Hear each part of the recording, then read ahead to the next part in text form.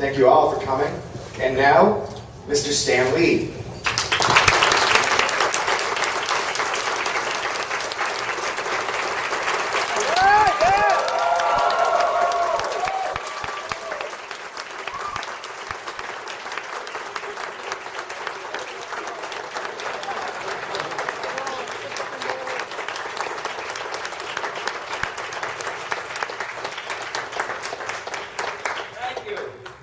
Outnumbered. Incidentally, I have a bone to pick. I was told this was a meet and greet. I think that's wrong, because what it really is a greet and meet. You see, you just greeted me. Now we're going to meet. But we haven't met already, and then you're going to greet me. So why do they call it a meet and greet? I hate things that are inaccurate. Why am I sitting down when I have to address everybody? I can stand up, couldn't I? I can lean on the chair. We'll do it that way. You sit down because you're a girl. I've enjoyed seeing you. I hope you've enjoyed it as much as I have. Can we go now? Yeah. What comes next? All right, we're going to start with some questions. Who has a question? Wait a minute. Nobody told me there'd be questions. All right. All right. Who's brave enough to ask the first question? All right. Go ahead. All right. You've inspired me. Pointbuck says you've inspired everybody else in this room with your comics. I want to know who inspires you every day. Who inspired me? Yeah. My wife. It was more than inspiration. My wife is a big spender. Need I say more? Incidentally, I don't hear as well as I used to, so it may be necessary for Liz to repeat a question if some of you don't speak as clearly and articulately as that young man just did. All right. Thanks, Dan. All right, next question. Oh, right in front. Mr. Lee, what was the one project that got away? The one that nobody early on in your career got signed off? The one superhero that you wanted to put out there and just never got the paper? I hate to frustrate you. None.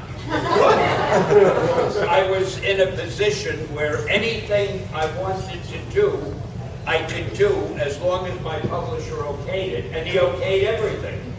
So I really was not frustrated about any character. There's nothing that I sat and thought, gee, if only he had let me do that. Which is pretty lucky. And there might have been some I wish he had stopped me from doing because they weren't that good. But he let me do just about whatever I wanted. As long as the book sold. If they didn't sell, he would have fired me. All right, next question, right in the front.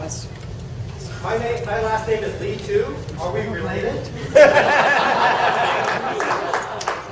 I'd like to feel that I have a relationship with just about everybody. My wife will talk to you later because I want to say hello to Uncle Ed. All right, right in front, right here. You created one of the greatest, probably the greatest supervillain of all time, Dr. Doom. Dr. Doom? Yes. Incidentally, my name is Sean Michael Doom. And Your name is what? Sean Michael Doom. Sean Michael Doom? Yes. D-O-O-M.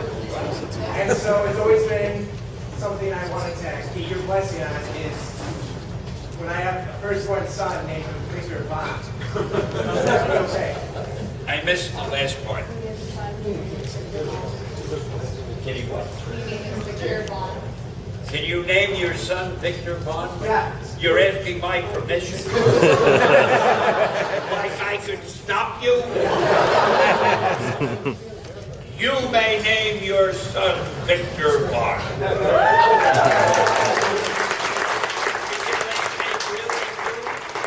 Wow, that's great. Let me tell you about Dr. Doom, my favorite villain. The thing I liked about him, if you think about it, he was king of his own country. So he couldn't get arrested if he committed a crime because he had diplomatic immunity. Nobody ever thought of that, but I thought of it. Next question. All right, next question, right here. Young man. Well, I just wanted to ask that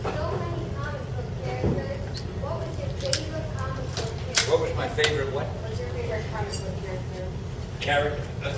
Well, I'll say the one everybody expects me to say, Spider-Man! By the way, does it make you feel very powerful because you can say you or you or you?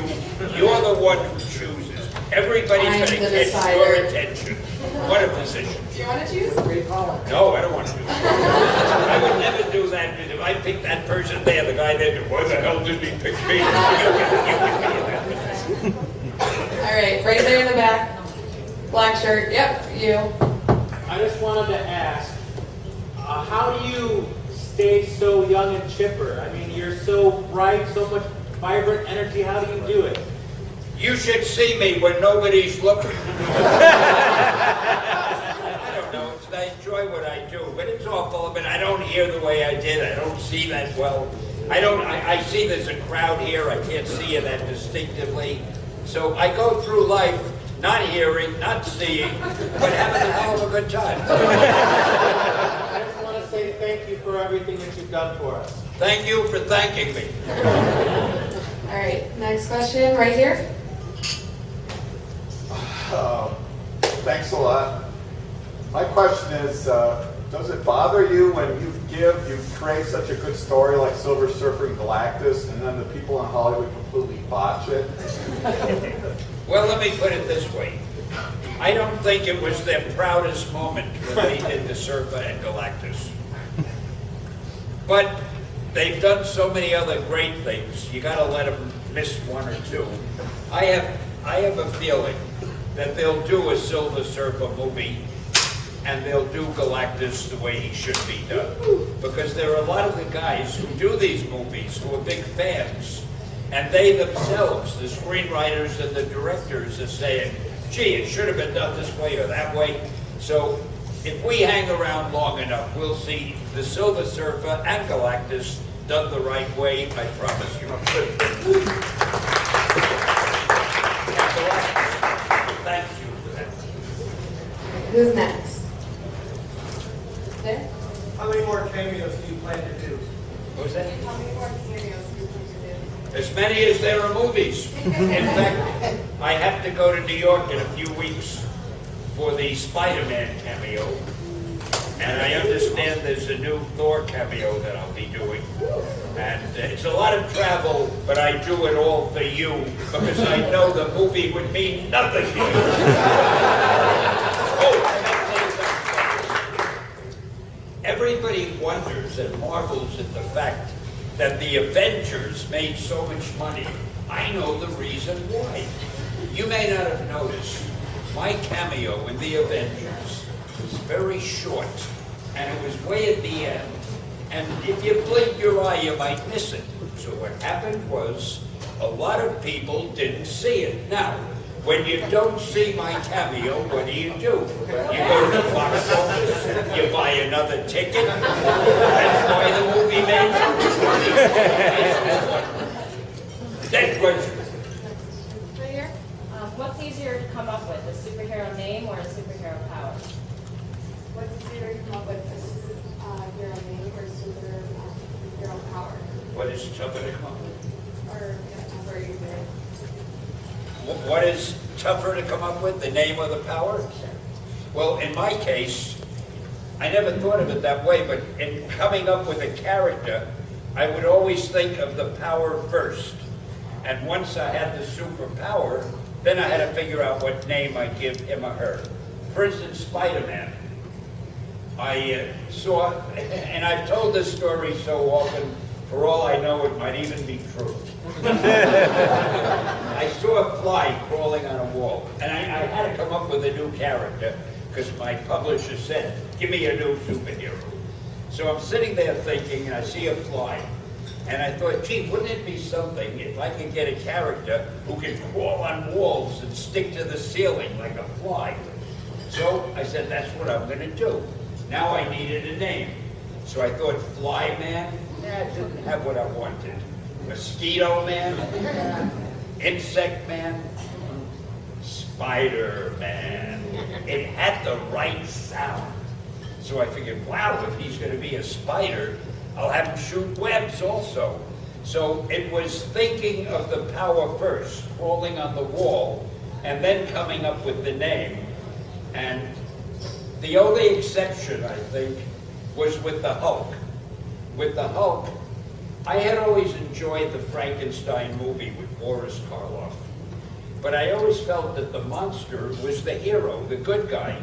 All those idiots with torches used to chase him up and down the hill, and he didn't want to hurt anybody until they got him mad.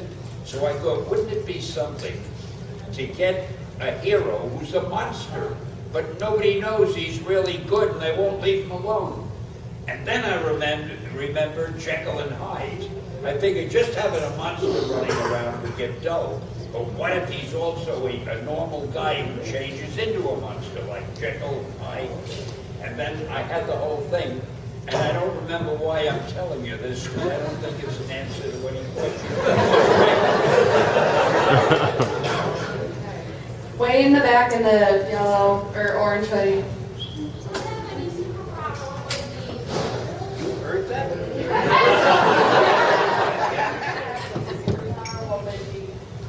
Not what you'd expect. Luck. Because think of it. If you're lucky, everything comes to you. You're fighting the villain, you're going to beat him in some lucky way. You haven't got enough money, you'll get it in some lucky way. Luck, that is the superpower, but I haven't yet figured out how to get it, but I'm working on it. All right, who's next? Right there, Pat. Hi, Casey Wheeler from Able Ideas. We love you there. It's a team of 18 people. We have a question that we want to ask. The comic books do crossover editions for DC and Marvel characters. What would be your favorite two characters from Marvel and DC if there was a crossover edition in a movie? You're going to remember all that? Wait, do you want to say that? Who would be your favorite DC and Marvel character in a movie? Wait a minute, I got another interpreter. Say it again.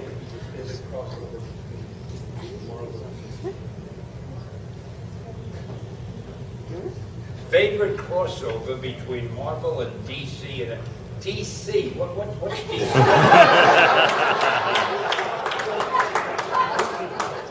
I don't know. Maybe Superman and Thor, or Batman and Spider-Man. Our characters could beat any of theirs. We did one years ago. I just remembered. I did a book, Spider-Man versus Superman. And boy, you should have heard day after day the quarreling and the yelling and the fighting about whose name would come first, Superman or Spider-Man. So we had to do two covers. One cover said Spider-Man versus Superman, the other one said Superman versus Spider-Man. Obviously, everybody bought the Spider-Man versus Superman. All right, who's next? Right in the front? Yeah, on the DC subject, I mean, what do you see as the key, what's the key difference between the Marvel universe and the DC universe? What's the key difference between the DC universe and the Marvel universe? Wow. I really have no authority on the DC universe because I don't read those books. Although I did write some. I just remember a few years ago they asked me to write my version of Superman and Batman and Wonder Woman and about a dozen of them. And they called it something like What If Stan Lee Had Created, and then the name of the book. And of course the things I wrote were much better than the way they were. But we did one issue. I'll never know why they wanted me to do that. I wouldn't ask them to do it with our strips. But anyway, and now I forgot the question. Key difference between the Marvel universe and the DC? Well, I think I could sum it up, and they would disagree. But I would say I think the Marvel universe is more interesting. Now, they, of course, would think theirs is more interesting. So in order to be fair, that's just my opinion. But I never could get very interested in, I don't know, nothing could I never knew their personal lives. For example, I never knew where Superman lived. When he isn't out fighting crooks or convincing Lois Lane that he isn't Superman when he takes off his glasses. I never knew anything everything about the characters except they were out fighting the bad guys. And I like characters who have private lives and personal problems. And I mean, you wouldn't think so, but even I have personal problems. So, by the way, I've just thought of something.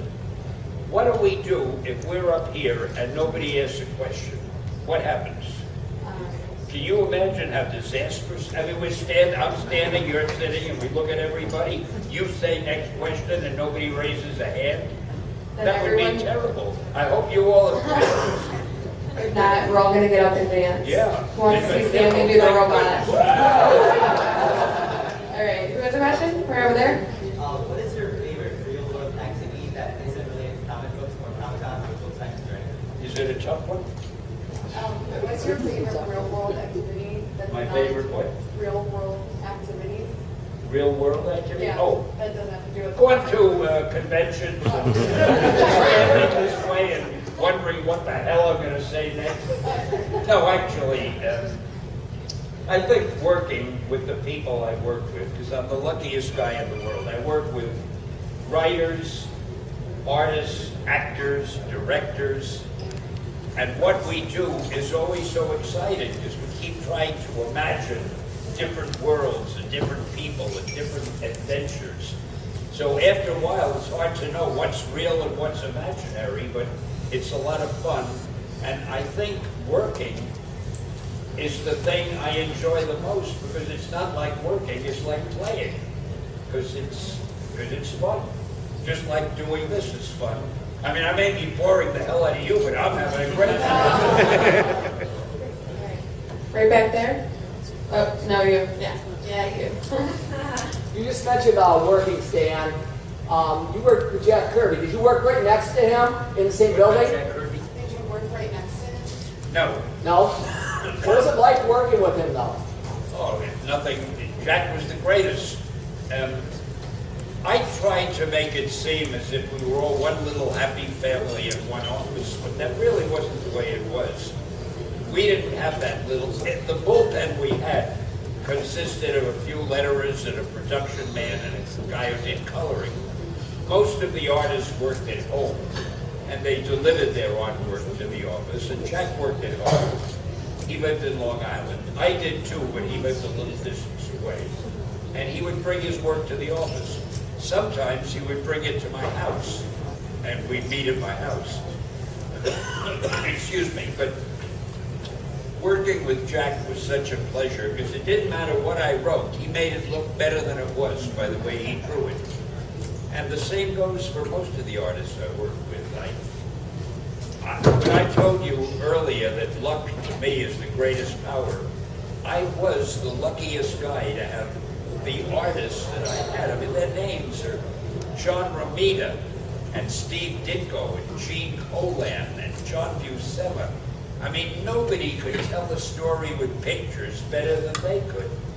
And I would tell them what I wanted the story to be. But when they finally drew it and I looked at it, it was better than I had imagined it. So it made me seem great, and I'm very happy to take the credit, and that's the way it was. But we didn't all work in the same room next to each other, no. Okay. All right. Red shirt. What was your inspiration for Dr. Octopus, and how would you relate it to yourself? Like, how was Dr. Octopus related to you? What was your inspiration for Dr. Octopus, and how does it relate to yourself? The relation, how did I come up with Doc Octopus, and how does it relate to myself? Yes. Well, as you can see, I've only got 2 arms. I don't know. I found the animal world great for coming up with villains. I had the lizard, the vulture, Doc Ock, and a lot of others. And it occurred to me that a guy with a lot of arms, like an octopus, would be a hell of a villain, because mighty to have to fight. So then I had to figure out, how do I give him those arms? And the way it happened was part of the story, brilliantly written, I think. I don't know what gave me the idea at that moment, but it seemed like a logical thing to do. I always wanted to get a shark man too, but I couldn't figure out how I'd get a guy with a mouth that would be that big. So Red Hat. What was your most favorite Marvel movie and your least favorite Marvel movie? Most famous what? What was your most favorite Marvel movie and then your least favorite Marvel Oh, movie? favorite. Well, you know, I loved them all. Maybe I was a little bit disappointed in the way they did Galactus with these fantastic Silver Surfer movie, and the way they did Dr. Doom. But I still liked the movie, and I loved my cameo. I know I really enjoyed every one of the Marvel movies. I think that Iron Man has been great. The Avengers certainly is terrific. I love Spider-Man. What else is there? I thought Thor was great. I love Captain America. You know, the way they did Captain America, the way they took his face and put it on that little kid. I mean, it's wonderful what they can do with special effects. Wow. No, I'm my own biggest fan, and I'm Marvel's biggest fan. I just about love everything they do in the movies. All right, in the back. When Marvel makes a movie out of it, do they give you any say in what happens in the movie, or do they do all the directing themselves?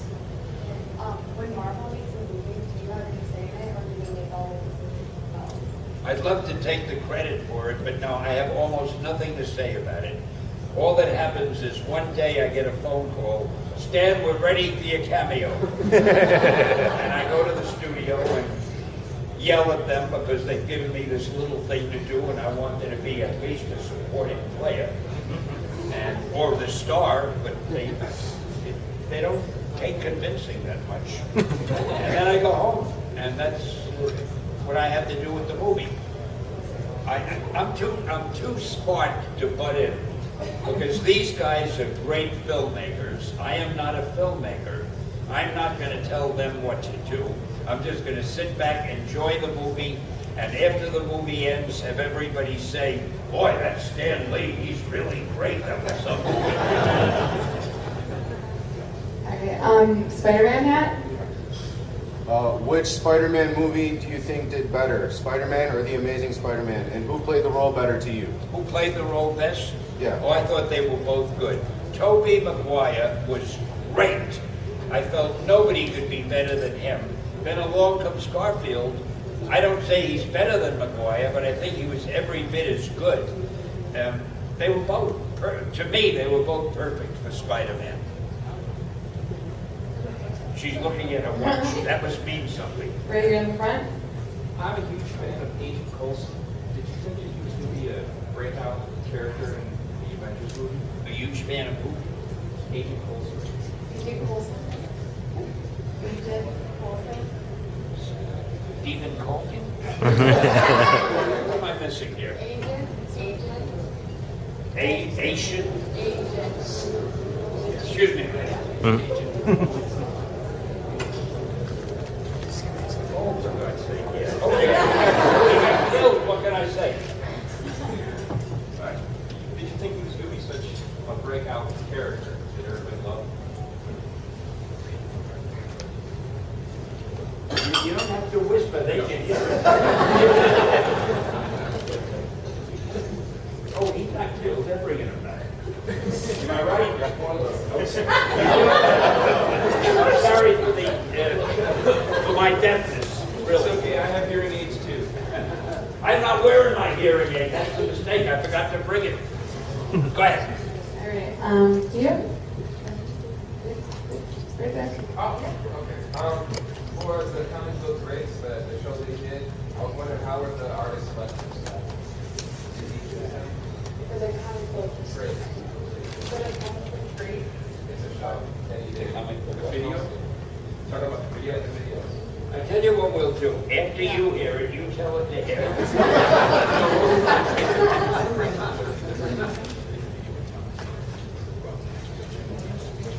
Oh, yeah. Me. Women. Years ago, I did a series of videos immodestly called The Comic Book Greats. And I interviewed guys that I thought were greats. I interviewed Will Eisner, Todd McFarlane, on and on. I forget. There's met everybody who was great, John Romita. And what was the question? Who picked him? I picked him. It was my series. It was my whole project. And if you're lucky, you can still. I don't get paid for it anymore because it's over. But if you buy one, you might get a kick out of it if they're still around anywhere. What was it called? The comic book race? Yeah. Good man. Well, I'm so good at names. All right, I think we have time for one more question. All right, you right there. This better be a good one if it's the Yeah, last one. last one. I Make it won't count. make you nervous, but it better be a good question. My name is Sharon. Thank you for coming. When I was young, I was an artist. Kind of gave it up. Regular life. I have a daughter. Her name is Victoria. She wants to be an artist. Her dad wants to be a inventor. What would you say to her? She has a daughter. What? She has a daughter who wants to be an artist, and her dad wants to be more conventional. What would your advice be? You mean her father wants her not to be a comic book artist, but something more conventional? Correct. Yeah, I'm not going to get involved in a family. Being a comic book artist today is like being an illustrator because you've got to be so good to get a job at, I don't know about the other companies, but get a job at Marvel, you've got to really be a great artist. Now, years ago, commercial artists worked for magazines like the Saturday Evening Post and Collier's and Liberty. And those were books years ago that were sold on the newsstand. And they had stories and articles, and they had the top illustrators in America doing illustrations. So they were commercial products, but they were done by fine illustrators. Today, comics are becoming like that. The people drawing comics today are really wonderful illustrators. A guy like Alex Ross, I mean, this guy, he's like the Michelangelo of today, if you know his work. I don't know what her father, what type of art he wants her to do. Maybe just landscapes, I don't know. But I think the most important thing for any artist is to do what he or she really wants to do. Because you can do best what you really want to do. So I think the thing to do is find out what is her preference. Unless it's something foolish like listening to me all day, I'd go with her preference. And I'd probably made an enemy of her father. All right, I think this concludes the Q&A. That's it? Hey, thank you. You were a wonderful audience. Thank you.